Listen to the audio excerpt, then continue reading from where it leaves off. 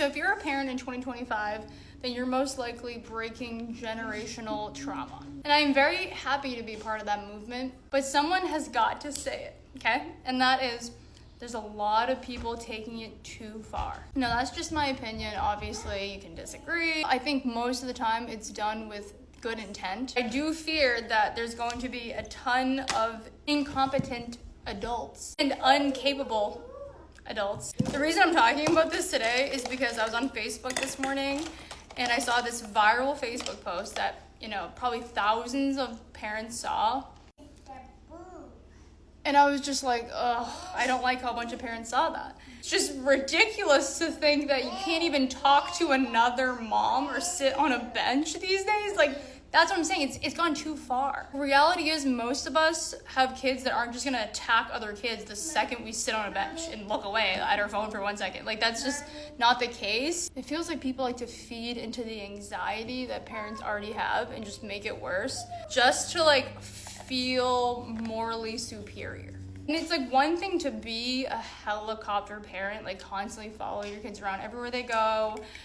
It's one thing to be that, but to imply that other people also need to be that, and if they're not, that they're neglectful or something, is just where I draw the line. I, for one, like to use the playground as a place to explore some independence because I have stay-at-home kids, and Jay goes to school now, but he stayed at home for 5 years with me, and Rose is going on year 3.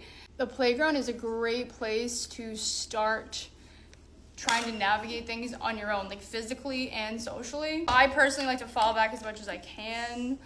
That doesn't mean not pay attention to them, it just means fall back. And that's going to depend on how old the child is. Obviously, if your child can't, navigate the structure, then you can't fall back too much. But the second Rose was sturdy enough and smart enough to climb things, then I will proudly sit on that bench with no shame.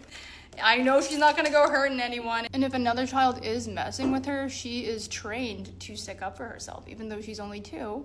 And if she's in danger, she will yell to me. She has an older brother that always helps her out. And of course, I will be there to save the day whenever she needs me. But it's I don't need to be right by her side 24/7. Now, something I can understand is the no sleepover trend. I get it. I get why that's a thing. That doesn't feel too much at all. That totally makes sense. I'm not gonna commit to saying I would never let them have one, but I definitely want to monitor them a lot closer than I was monitored. That's one of the reasons why we bought this house, because it has a pool, a hot tub, a finished attic, a finished basement. It has everything a kid needs. So it's why would you want to sleep anywhere else? I know some people don't even let their kids sleep at their grandparents'. See, that's where I'm different, I guess, because they sleep over the grandparents almost every weekend. Just the way I see it is I don't want them to have to depend on me for an everyday task or to survive in this world. Because what if I can't be there one day, or what if I'm not here one day? Then what are they gonna do? I need them to be competent all on their own. And that's just the angle I'm coming from. That's why I've never put them to sleep. They've always been independent sleepers, because that's something that they have to do every day. Sometimes multiple times a day. And what if I'm not there to do that for them? I just need to know that they're gonna be good without me. And I understand some people think the opposite, I need to be there to protect them all the time. I understand that angle too, but it's realistically, we are not going to be right by their side forever. That's what I'm trying to say is, I think it's important for us new parents to find a balance. Of course, we need to break those generational curses for sure. Have to keep in mind that it is possible to go too far the other way. There's definitely a happy medium in there somewhere. And don't let the extremists make you feel bad for finding some balance somewhere in the middle.